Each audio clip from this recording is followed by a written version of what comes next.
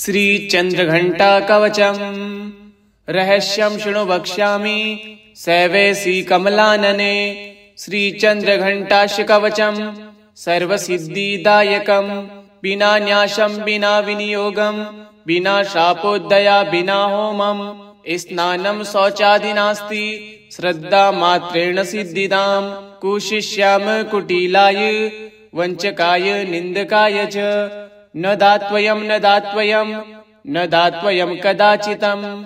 रहस्यं शृणु वक्ष्यामि सैवेसी कमलानने। श्रीचन्द्रघण्टाकवचम् सर्वसिद्धिदायकं विना न्यासं विना विनियोगं विना शापोदया विना होमं स्नानं शौचादि नास्ति श्रद्धा मात्रेण सिद्धिदां। कुशिष्याम कुटिलाय वञ्चकाय निन्दकाय च न दात्वयं न दात्वयं न दात्वयं कदाचितं।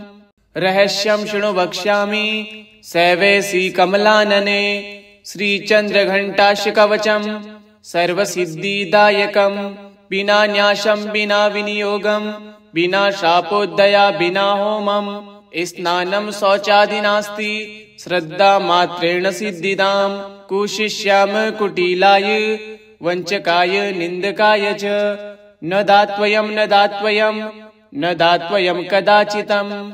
रहस्यं शृणु वक्ष्यामि सैवेसी कमलानने। श्रीचन्द्रघण्टाकवचम् सर्वसिद्धिदायकं विना न्यासं विना विनियोगं विना शापोदया विना होमं स्नानं शौचादि नास्ति श्रद्धा मात्रेण सिद्धिदां। कुशिष्याम कुटिलाय वञ्चकाय निन्दकाय च न दात्वयं न दात्वयं न दात्वयं कदाचितं।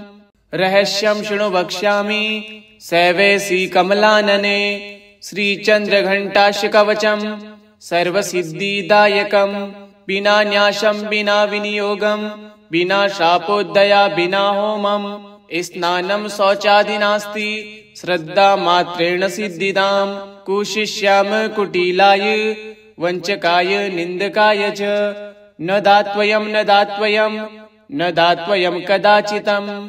रहस्यं शृणु वक्ष्यामि सैवेसी कमलानने। श्रीचन्द्रघण्टाकवचम् सर्वसिद्धिदायकं विना न्यासं विना विनियोगं विना शापोदया विना होमं स्नानं शौचादि नास्ति श्रद्धा मात्रेण सिद्धिदां। कुशिष्याम कुटिलाय वञ्चकाय निन्दकाय च न दात्वयं न दात्वयं न दात्वयं कदाचितं। रहस्यं शृणु वक्ष्यामि सैवेसी कमलानने। श्रीचन्द्रघण्टाकवचम् सर्वसिद्धिदायकं विना न्यासं विना विनियोगं विना शापोदया विना होमं स्नानं शौचादि नास्ति श्रद्धा मात्रेण सिद्धिदां। कुशिष्याम कुटिलाय वञ्चकाय निन्दकाय च न दात्वयं न दात्वयं न दात्वयं कदाचितं।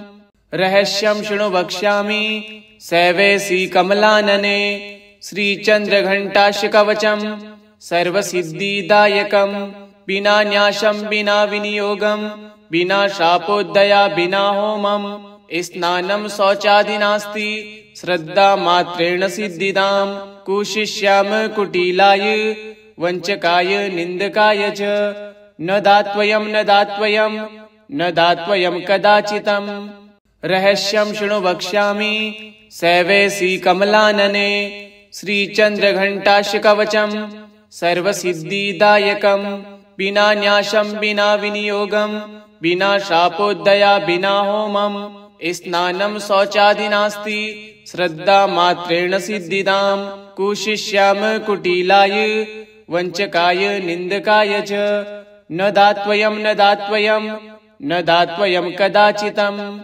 रहस्यं शृणु वक्ष्यामि सैवेसी कमलानने। श्रीचन्द्रघण्टाकवचम् सर्वसिद्धिदायकं विना न्यासं विना विनियोगं विना शापोदया विना होमं स्नानं शौचादि नास्ति श्रद्धा मात्रेण सिद्धिदां। कुशिष्याम कुटिलाय वञ्चकाय निन्दकाय च न दात्वयं न दात्वयं न दात्वयं कदाचितं। रहस्यं शृणु वक्ष्यामि सैवेसी कमलानने। श्रीचन्द्रघण्टाशकवचं सर्वसिद्धिदायकं। विना न्यासं विना विनियोगं विना शापोदया विना होमं स्नानं शौचादि नास्ति श्रद्धामात्रेण सिद्धिदां। कुशिष्याम कुटिलाय वञ्चकाय निन्दकाय च न दात्वयं न दात्वयं न दात्वयं कदाचितं। रहस्यं शृणु वक्ष्यामि सैवेसी कमलानने। श्रीचन्द्रघण्टाशकवचं सर्वसिद्धिदायकं। विना न्यासं विना विनियोगं विना शापोदया विना होमं स्नानं शौचादि नास्ति श्रद्धामात्रेण सिद्धिदां। कुशिष्याम कुटिलाय वञ्चकाय निन्दकाय च न दात्वयं न दात्वयं न दात्वयं कदाचितं। रहस्यं शृणु वक्ष्यामि सैवेसी कमलानने। श्रीचन्द्रघण्टाशकवचं सर्वसिद्धिदायकं। विना न्यासं विना विनियोगं विना शापोदया विना होमं स्नानं शौचादि नास्ति श्रद्धामात्रेण सिद्धिदां। कुशिष्याम कुटिलाय वञ्चकाय निन्दकाय च न दात्वयं न दात्वयं न दात्वयं कदाचितं। रहस्यं शृणु वक्ष्यामि सैवेसी कमलानने। श्रीचन्द्रघण्टाशकवचं सर्वसिद्धिदायकं। विना न्यासं विना विनियोगं विना शापोदया विना होमं स्नानं शौचादि नास्ति श्रद्धामात्रेण सिद्धिदां। कुशिष्याम कुटिलाय वञ्चकाय निन्दकाय च न दात्वयं न दात्वयं न दात्वयं कदाचितं। रहस्यं शृणु वक्ष्यामि सैवेसी कमलानने। श्रीचन्द्रघण्टाशकवचं सर्वसिद्धिदायकं। विना न्यासं विना विनियोगं विना शापोदया विना होमं स्नानं शौचादि नास्ति श्रद्धामात्रेण सिद्धिदां। कुशिष्याम कुटिलाय वञ्चकाय निन्दकाय च न दात्वयं न दात्वयं न दात्वयं कदाचितं। रहस्यं शृणु वक्ष्यामि सैवेसी कमलानने। श्रीचन्द्रघण्टाशकवचं सर्वसिद्धिदायकं। विना न्यासं विना विनियोगं विना शापोदया विना होमं स्नानं शौचादि नास्ति श्रद्धामात्रेण सिद्धिदां। कुशिष्याम कुटिलाय वञ्चकाय निन्दकाय च न दात्वयं न दात्वयं न दात्वयं कदाचितं। रहस्यं शृणु वक्ष्यामि सैवेसी कमलानने। श्रीचन्द्रघण्टाशकवचं सर्वसिद्धिदायकं। विना न्यासं विना विनियोगं विना शापोदया विना होमं स्नानं शौचादि नास्ति श्रद्धामात्रेण सिद्धिदां। कुशिष्याम कुटिलाय वञ्चकाय निन्दकाय च न दात्वयं न दात्वयं न दात्वयं कदाचितं। रहस्यं शृणु वक्ष्यामि सैवेसी कमलानने। श्रीचन्द्रघण्टाशकवचं सर्वसिद्धिदायकं। विना न्यासं विना विनियोगं विना शापोदया विना होमं स्नानं शौचादि नास्ति श्रद्धामात्रेण सिद्धिदां। कुशिष्याम कुटिलाय वञ्चकाय निन्दकाय च न दात्वयं न दात्वयं न दात्वयं कदाचितं। रहस्यं शृणु वक्ष्यामि सैवेसी कमलानने। श्रीचन्द्रघण्टाशकवचं सर्वसिद्धिदायकं। विना न्यासं विना विनियोगं विना शापोदया विना होमं स्नानं शौचादि नास्ति श्रद्धामात्रेण सिद्धिदां। कुशिष्याम कुटिलाय वञ्चकाय निन्दकाय च न दात्वयं न दात्वयं न दात्वयं कदाचितं। रहस्यं शृणु वक्ष्यामि सैवेसी कमलानने। श्रीचन्द्रघण्टाशकवचं सर्वसिद्धिदायकं। विना न्यासं विना विनियोगं विना शापोदया विना होमं स्नानं शौचादि नास्ति श्रद्धामात्रेण सिद्धिदां। कुशिष्याम कुटिलाय वञ्चकाय निन्दकाय च न दात्वयं न दात्वयं न दात्वयं कदाचितं। रहस्यं शृणु वक्ष्यामि सैवेसी कमलानने। श्रीचन्द्रघण्टाशकवचं सर्वसिद्धिदायकं। विना न्यासं विना विनियोगं विना शापोदया विना होमं स्नानं शौचादि नास्ति श्रद्धा मात्रेण सिद्धिदां। कुशिष्याम कुटिलाय वञ्चकाय निन्दकाय च न दात्वयं न दात्वयं न दात्वयं कदाचितं। रहस्यं शृणु वक्ष्यामि सैवेसी कमलानने। श्रीचन्द्रघण्टाशकवचं सर्वसिद्धिदायकं। विना न्यासं विना विनियोगं विना शापोदया विना होमं स्नानं शौचादि नास्ति श्रद्धा मात्रेण सिद्धिदां। कुशिष्याम कुटिलाय वञ्चकाय निन्दकाय च न दात्वयं न दात्वयं न दात्वयं कदाचितं। रहस्यं शृणु वक्ष्यामि सैवेसी कमलानने। श्रीचन्द्रघण्टाशकवचं सर्वसिद्धिदायकं।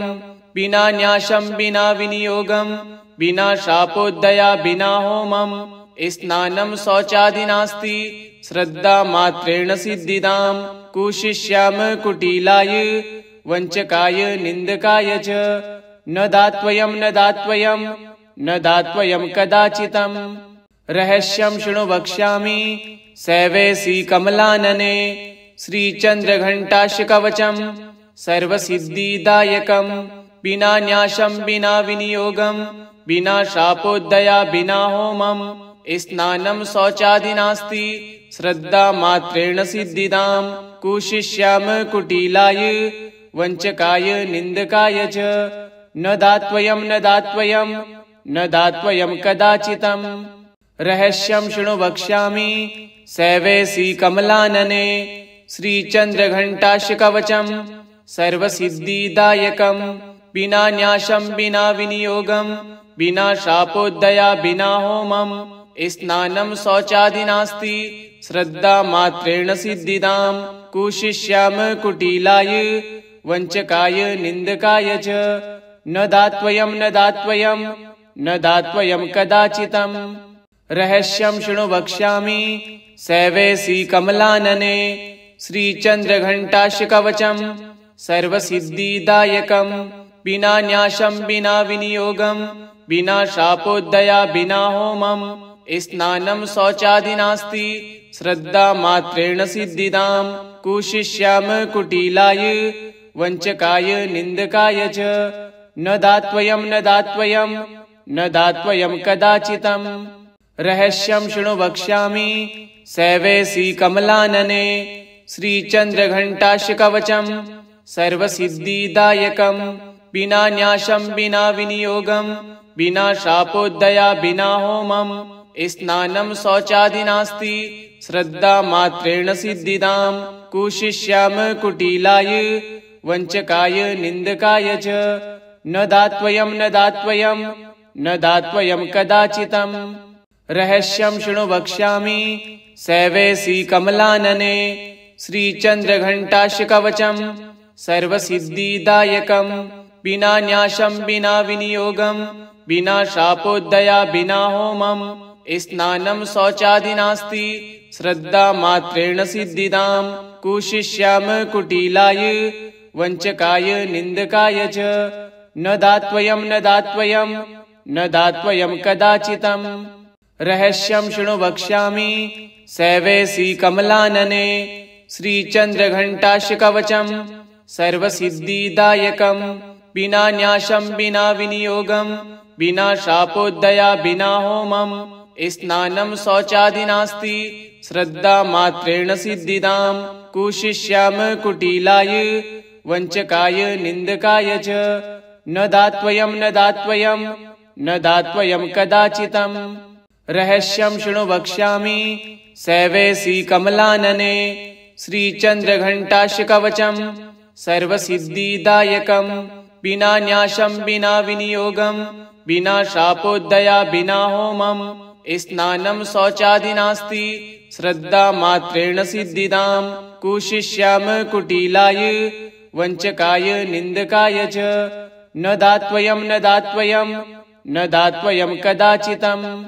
रहस्यं शृणु वक्ष्यामि सैवेसी कमलानने। श्रीचन्द्रघण्टाशकवचं सर्वसिद्धिदायकं। विना न्यासं विना विनियोगं विना शापोदया विना होमं स्नानं शौचादि नास्ति श्रद्धामात्रेण सिद्धिदां। कुशिष्याम कुटिलाय वञ्चकाय निन्दकाय च न दात्वयं न दात्वयं न दात्वयं कदाचितं। रहस्यं शृणु वक्ष्यामि सैवेसी कमलानने। श्रीचन्द्रघण्टाशकवचं सर्वसिद्धिदायकं। विना न्यासं विना विनियोगं विना शापोदया विना होमं स्नानं शौचादि नास्ति श्रद्धामात्रेण सिद्धिदां। कुशिष्याम कुटिलाय वञ्चकाय निन्दकाय च न दात्वयं न दात्वयं न दात्वयं कदाचितं। रहस्यं शृणु वक्ष्यामि सैवेसी कमलानने। श्रीचन्द्रघण्टाशकवचं सर्वसिद्धिदायकं। विना न्यासं विना विनियोगं विना शापोदया विना होमं स्नानं शौचादि नास्ति श्रद्धामात्रेण सिद्धिदां। कुशिष्याम कुटिलाय वञ्चकाय निन्दकाय च न दात्वयं न दात्वयं न दात्वयं कदाचितं। रहस्यं शृणु वक्ष्यामि सैवेसी कमलानने। श्रीचन्द्रघण्टाशकवचं सर्वसिद्धिदायकं। विना न्यासं विना विनियोगं विना शापोदया विना होमं स्नानं शौचादि नास्ति श्रद्धामात्रेण सिद्धिदां। कुशिष्याम कुटिलाय वञ्चकाय निन्दकाय च न दात्वयं न दात्वयं न दात्वयं कदाचितं। रहस्यं शृणु वक्ष्यामि सैवेसी कमलानने। श्रीचन्द्रघण्टाशकवचं सर्वसिद्धिदायकं। विना न्यासं विना विनियोगं विना शापोदया विना होमं स्नानं शौचादि नास्ति श्रद्धामात्रेण सिद्धिदां। कुशिष्याम कुटिलाय वञ्चकाय निन्दकाय च न दात्वयं न दात्वयं न दात्वयं कदाचितं। रहस्यं शृणु वक्ष्यामि सैवेसी कमलानने। श्रीचन्द्रघण्टाशकवचं सर्वसिद्धिदायकं। विना न्यासं विना विनियोगं विना शापोदया विना होमं स्नानं शौचादि नास्ति श्रद्धामात्रेण सिद्धिदां। कुशिष्याम कुटिलाय वञ्चकाय निन्दकाय च न दात्वयं न दात्वयं न दात्वयं कदाचितं। रहस्यं शृणु वक्ष्यामि सैवेसी कमलानने। श्रीचन्द्रघण्टाशकवचं सर्वसिद्धिदायकं। विना न्यासं विना विनियोगं विना शापोदया विना होमं स्नानं शौचादि नास्ति श्रद्धामात्रेण सिद्धिदां। कुशिष्याम कुटिलाय वञ्चकाय निन्दकाय च न दात्वयं न दात्वयं न दात्वयं कदाचितं। रहस्यं शृणु वक्ष्यामि सैवेसी कमलानने। श्रीचन्द्रघण्टाशकवचं सर्वसिद्धिदायकं। विना न्यासं विना विनियोगं विना शापोदया विना होमं स्नानं शौचादि नास्ति श्रद्धामात्रेण सिद्धिदां। कुशिष्याम कुटिलाय वञ्चकाय निन्दकाय च न दात्वयं न दात्वयं न दात्वयं कदाचितं। रहस्यं शृणु वक्ष्यामि सैवेसी कमलानने। श्रीचन्द्रघण्टाशकवचं सर्वसिद्धिदायकं। विना न्यासं विना विनियोगं विना शापोदया विना होमं स्नानं शौचादि नास्ति श्रद्धामात्रेण सिद्धिदां। कुशिष्याम कुटिलाय वञ्चकाय निन्दकाय च न दात्वयं न दात्वयं न दात्वयं कदाचितं। रहस्यं शृणु वक्ष्यामि सैवेसी कमलानने। श्रीचन्द्रघण्टाशकवचं सर्वसिद्धिदायकं। विना न्यासं विना विनियोगं विना शापोदया विना होमं स्नानं शौचादि नास्ति श्रद्धामात्रेण सिद्धिदां। कुशिष्याम कुटिलाय वञ्चकाय निन्दकाय च न दात्वयं न दात्वयं न दात्वयं कदाचितं। रहस्यं शृणु वक्ष्यामि सैवेसी कमलानने। श्रीचन्द्रघण्टाशकवचं सर्वसिद्धिदायकं। विना न्यासं विना विनियोगं विना शापोदया विना होमं स्नानं शौचादि नास्ति श्रद्धा मात्रेण सिद्धिदां। कुशिष्याम कुटिलाय वञ्चकाय निन्दकाय च न दात्वयं न दात्वयं न दात्वयं कदाचितं। रहस्यं शृणु वक्ष्यामि सैवेसी कमलानने। श्रीचन्द्रघण्टाशकवचं सर्वसिद्धिदायकं।